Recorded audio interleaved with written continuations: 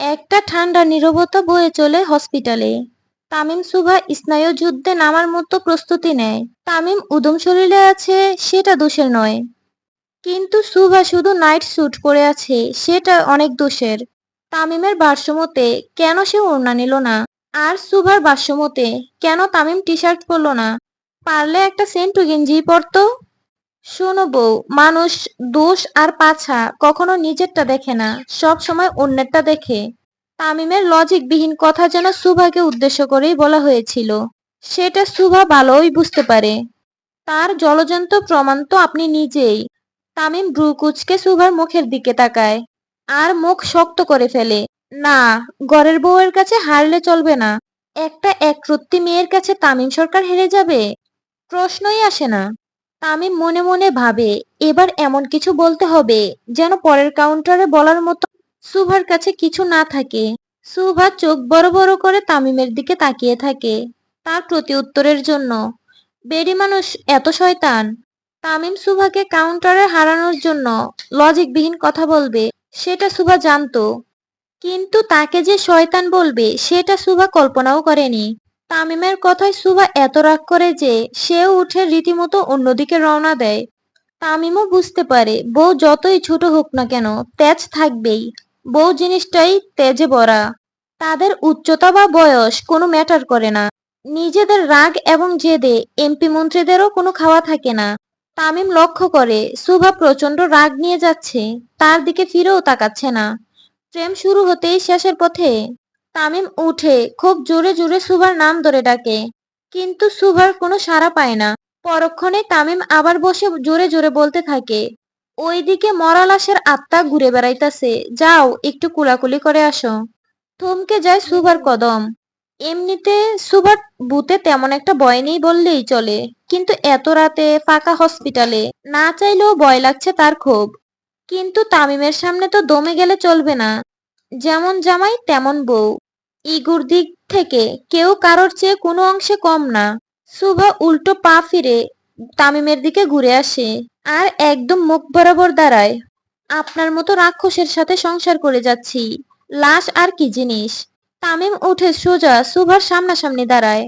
তামিম সুভার থেকে একটু লম্বা হওয়ায় সুভা শুকনো ডুব গিলে।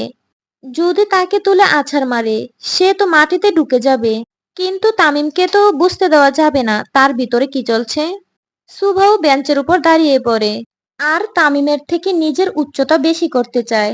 কিন্তু বেশি না হয়ে বরাবর উচ্চতা হয়ে যায় তাদের দুজনের। তামিম সুভার এমন কাণ্ড দেখে রীতিমতো খুব কষ্ট করে হাসি থামিয়ে রাখে। আমাকে বললেই তো কোলে নিতাম, বেঞ্চে ওঠার কি দরকার? সুভা ভেবেছিল তামিম এমন কিছু বলবে যেটা শুনলে তার রাগে রক্ত টগবগ করবে। কিন্তু তামিমের এমন ফ্লার্টিং দেখে সুভা মুখের নকশাও পরিবর্তন হয়ে যায়। আপনার কোলে কে উঠবে? তামিম সুভার কোমর ধরে তাকে নিজের সাথে মিশিয়ে নেয়, আর খুব শক্ত করে ধরে। সুভাও নিজেকে ছাড়ানোর চেষ্টা করে না, তামিমের গলায় হাত রাখে। উঠবা উঠবা, শুধু কোলে না, আরো কত জায়গায়। তামিমের পুরো কথা শেষ করার আগেই সুভা তার মুখ চেপে ধরে। সুভা তামিমের মুখ ধরার সাথে সাথে তামিম খুব শক্ত করে তার হাতে চুমু দেয়, আর সুভাও সাথে সাথে নিজের হাত সরিয়ে নিয়ে ড্রেসে মুছতে থাকে। এত নির্লজ্জ কেন আপনি? একবার ধরা দিয়ে দেখো, নির্লজ্জতার শেষ সীমানা থেকে ঘুরিয়ে নিয়ে আসবো। তামিমের এই লাগামহীন কথার জন্য দমে যায় সুভা। কিন্তু তামিমের দৃষ্টি দমে না, সে তার চোখে দিয়ে গিলে খাচ্ছে সুভাকে। সুভার গলা দিয়ে কোনো শব্দ বের হতে চাচ্ছিল না, ভিতর থেকে পঞ্চ ইন্দ্রিয় যেন তামিমের ডাকে সাড়া দিতে চাইছিল। এটা হসপিটাল তামিম, বেড ফাঁকা আছে পরি। একবারে চুপ হয়ে যায় সুভা। তামিমকে গাঁটানো মানে ইজ্জতের ফালুদা করে ফেলা। হসপিটালে এই যে উল্টাপাল্টা কিছু করে বসবে তামিম, সেটা তার হাবভাব দেখলেই বোঝা যায়। তামিম সুভার মুখ বরাবর নিজের মুখ আনতেই তাদের কানে পরিচিত কণ্ঠ ভেসে আসে, বাজান। আয়েশা বেগমের ডাক শুনে তামিম সুভা যে যার মতো আলাদা হয়ে দাঁড়িয়ে থাকে। তামিম সুভার কোমর ধরে তাকে নিচে নামায় আর চুল ঠিক করে দেয়। আমি ঠিক করছি, সেমরি, রোমান্সের ফালুদা করিস না। সুভা আর কি বলবে? তামিম সরকার যে এত ঠোঁটকাটা, সেটা তাকে দেখলে কেউ বলতে পারবে না। সুভাও ভেবেছিল তাই। আয়েশা বেগম তাদের কাছে চলে আসে, সাথে তানভীর সরকারও। জি আম্মা। আমি এখানে সুভার কাছে আছি, তুমি আর কর্তা বাড়ি যাও। তামিম এবং তানবীর যে যার মুখের দিকে তাকায়। গিন্নি, আপনি আর সুভা মা বাড়ি যান, আমরা দুই বাপ বেটা আছি। আমি থাকি আম্মা, কোনো সমস্যা নেই, আপনি আর আব্বাজান বাড়ি যান। আয়েশা বেগম বাপ বেটার দিকে রাগী চোখে তাকায়। মানতাছি আমরা সুন্দরী, তাই বলে 24 ঘন্টা আঁচল ধরে রাখতে হবে? কিন্তু গিন্নি, কর্তা। জি যাচ্ছি। আয়েশা বেগম রীতিমতো জোর করে থেকে যায়। তামিমও থেকে যায়। শুধু তানভীর সরকার বাড়ি চলে যায়। প্রধানমন্ত্রী কোনো হসপিটালে আসবে, তাও এত কম প্রোটেকশন নিয়ে। এতে করে তার রিস্ক বেড়ে যায়। তামিম জোর করে ঠেলে তানভীর সরকারকে বাড়ি পাঠায়। তানভীর সরকার যাওয়ার আগে সুভাকে অনেক সাহস দিয়ে যায়, একদম নিজের বাবার মতো। তামিম তার বাবাকে নিয়ে গাড়ি অবধি দিয়ে আসে। তার পঞ্চপাণ্ডবও ছিল। সাকিব, তোর টি শার্ট খোল। সাকিব একটু ভুলাবালার মতো হয়ে তাকায় তামিমের দিকে। শেষমেশ তামিম সাকিবের ইজ্জতে হাত দিল।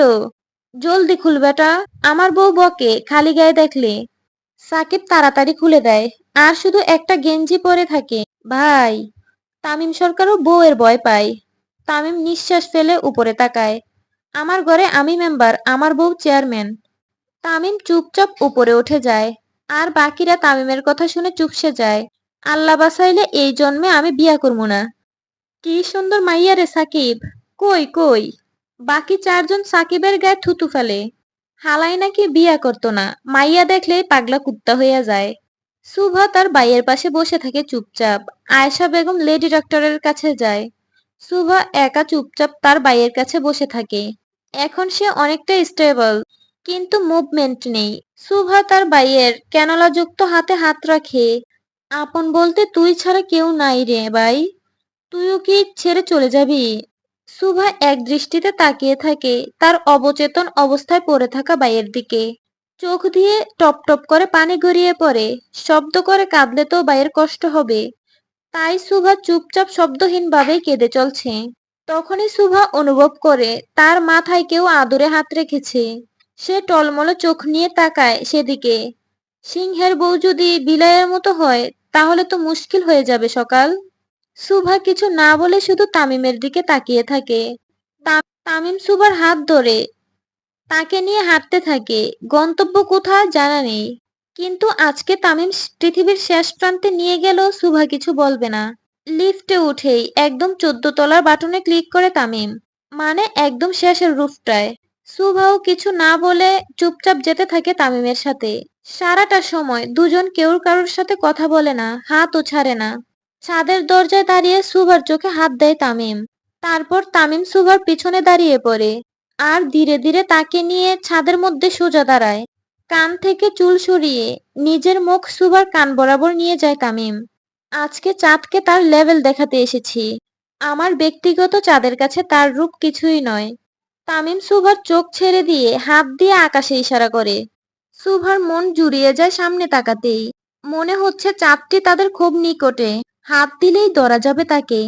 সুভা অপলক দৃষ্টিতে তাকিয়ে থাকে চাঁদের দিকে। চাঁদ বরাবরই সুভার পছন্দের তালিকায় আছে, কিন্তু সরাসরি কখনো এত স্পষ্টভাবে চাঁদ দেখা হয়নি তার। কি চাঁদ, হিংসে হয় নাকি? আমার ব্যক্তিগত চাঁদ তোমার থেকেও সুন্দর। তামিম চাঁদকে উদ্দেশ্য করে কথাগুলো বলতে থাকে। আর সুভার মনে শিহরণ জেগে ওঠে।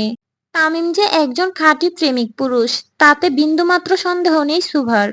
আধার কালো রাত, ঠান্ডা বাতাস, তার উপরে চাঁদ, পুরোটা যেন কোনো রোমান্টিক দৃশ্য শুটিং এর অংশ। আজকে তামিমকে নিজের খুব আপন বলে মনে হচ্ছে তার।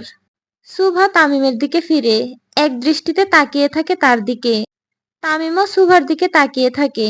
শুধু তাদের নিঃশ্বাসের আওয়াজ ছাড়া তেমন কোনো আওয়াজ পাওয়া যাচ্ছে না আজকে। তামিম, জি পরি, আজকে একটু জড়িয়ে ধরি। হ্যাঁ, থ্যাংক ইউ। সুভার হঠাৎ আক্রমণে তামিম বোকা বনে যায়। সুভা তামিমের স্টাইলে তাকে পারমিশন নিয়ে জড়িয়ে ধরে, অথচ তামিম পারমিশন কখন দিল বুঝলো না।